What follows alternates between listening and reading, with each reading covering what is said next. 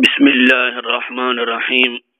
معزز سامعین و ناظرین، آج 30 اکتوبر 12 ربیع الاول شریف 1442 ہجری، جامعہ درسگاہ اسلام جو کہ دیوبندی مماتیوں کا بہت ایک بڑا مرکز ہے، انہوں نے مجھے دعوت دی تھی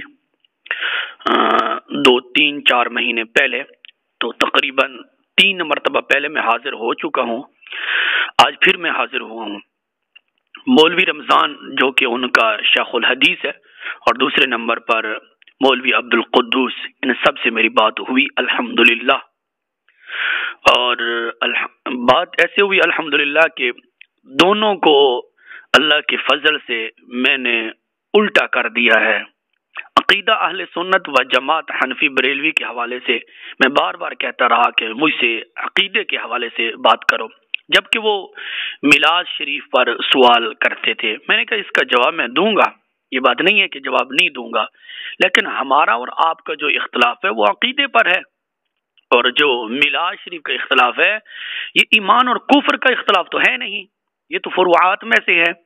تو سب سے پہلے اس موضوع پر آپ بات کریں جس کو ایمان اور کفر سے تعبیر کیا جاتا ہے، جس پر ہم ایک دوسرے پر کفر کے فتوے لگاتے ہیں، اس پر بات کرو۔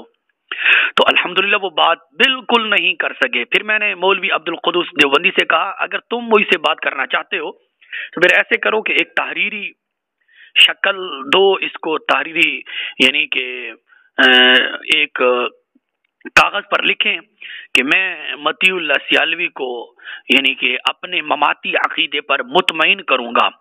تو میں نے کہا یہ آپ لکھ کر دیں، میں یہ لکھ کر دوں گا کہ جب آپ مجھے مطمئن کر دیں گے تو میں انشاءاللہ آپ کے ہاتھ پر بیعت بھی کروں گا اور آپ کا عقیدہ تسلیم کروں گا۔ اس نے اس میرے مشورے کو رد کر دیا، میرا مشورہ سنا بھی نہیں۔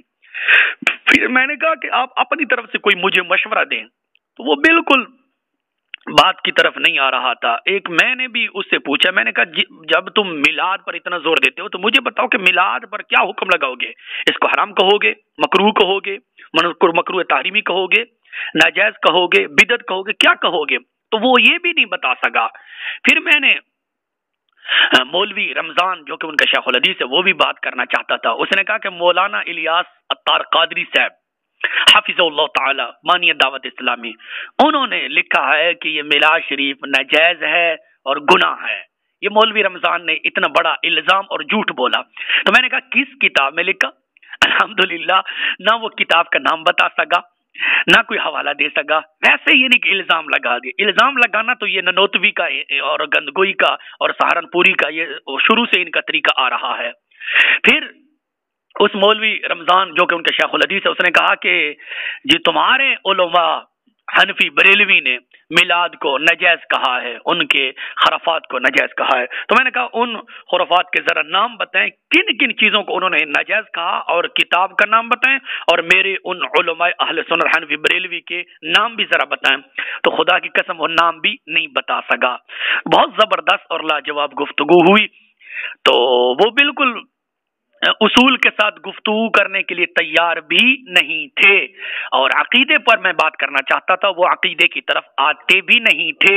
تو میں نے کہا تم اس لیے نہیں آتے کہ جو فتوے تم نے ہمارے اوپر لگائے ان فتووں کی زد میں الحمدللہ تم خود آتے ہو، ان فتووں کی زد میں تمہارے اکابرین آتے ہیں، اور میں ثابت کروں گا، لیکن وہ اس کی طرف نہیں آ رہے تھے۔ الحمدللہ اللہ کے فضل سے اور مدینے والے میرے آقا و مولا جناب محمد رسول اللہ صلی اللہ علیہ وسلم کے فضل سے الحمدللہ اللہ نے یہ ایک کامیابی عطا فرمائی، جس کی انہوں نے خود مجھے دعوت دی تھی، اور ان کی دعوت کو میں نے قبول کرتے ہوئے الحمدللہ ان کی بولتی کو بند کر دیا۔ یہ رضا کے نیزا کی مار ہے۔ وآخر دعوانا الحمدللہ رب العالمین۔